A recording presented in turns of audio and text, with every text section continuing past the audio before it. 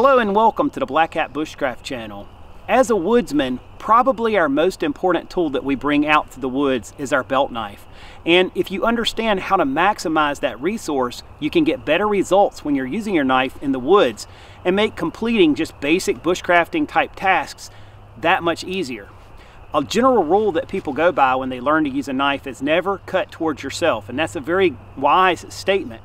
However, after you get some experience using your knife, you'll start to find that you want to use it in different grip positions and use it cutting at different angles. And one such cut that I've come to depend on a lot is a draw cut.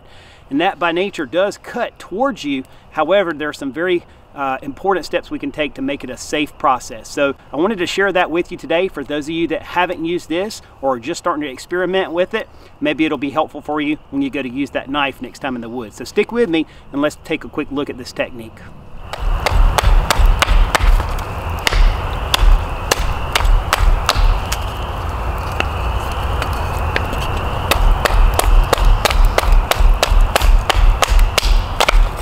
Alright, so at this time I have hewed out a rough version of a spatula just using my little hand axe.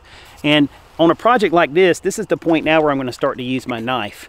The knife I have here is the William Collins Woodsman's Classic, and because of the handle shape it's really excellent for this task because I can hold really comfortably right here with that top choil and get my other thumb and point finger on either side of the blade. You can see how I'm doing that, and that just gives me a lot of control. Have that little subtle movement there with my wrist if I need that. If I get to a stubborn spot in the wood, I can just give it a little boost with that. But the first part to this technique is to hold your work here tight against your body. So the wood is tight against your body. You're bracing that, and now you bring your blade up here to your work and pull towards you. And you can see exactly what you're doing here. Hopefully you can see this on camera. I can see where the blade's contacting the wood, and so I can make the subtle adjustments to get the results that I want with that.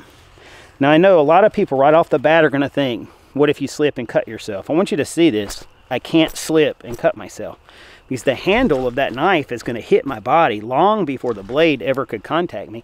And even if I had a shorter handled knife, my thumb joint right here, this will always contact me first. There's no chance of cutting myself. In fact, I feel more safe and secure when I cut like this, because I can see what I'm doing.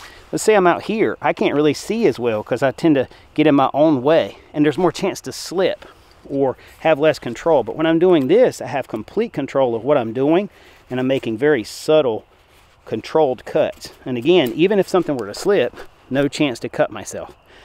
So the first method, as I'm showing you, is to brace your work and move your knife blade and draw it to you with control. Okay. The second method, if you don't like that, is to brace your knife now. You can see I'm holding that in a reverse grip. So this would be like a hammer grip with my knife. I turn the knife over so the blade is up.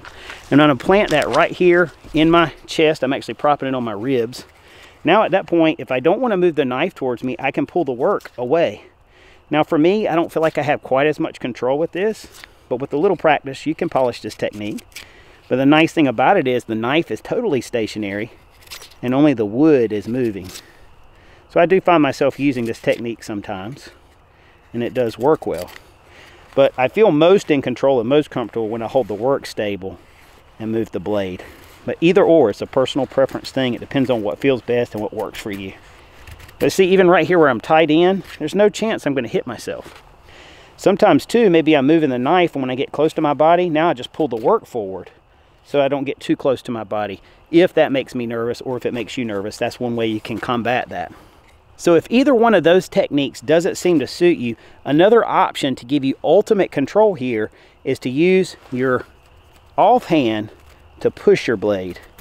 So now you can see I'm coming nowhere. There's no chance of me. I'm not pulling here hardly at all. I'm getting my momentum from this hand, pushing hand. So the knife is going to travel no more than my fingers are long, if you see that. So that's using a push cut, sort of like a push draw cut, I guess you would call it. I don't know what the technical name is, but you're just using that offhand to help push the blade. This is something I find myself using a little bit more as well for things like smoothing this top side of the spatula out. But you can see that it's really making a nice smooth surface there. But again, if you don't feel comfortable to pull the blade, use that offhand and just kind of push, and that'll help you to move that blade across your work and get good results. And you don't have to push the blade. You can actually use your fingers to push against your other hand. The key is just finding what's comfortable for you. So that's a push draw cut. And again, another very safe way of using your knife in this fashion.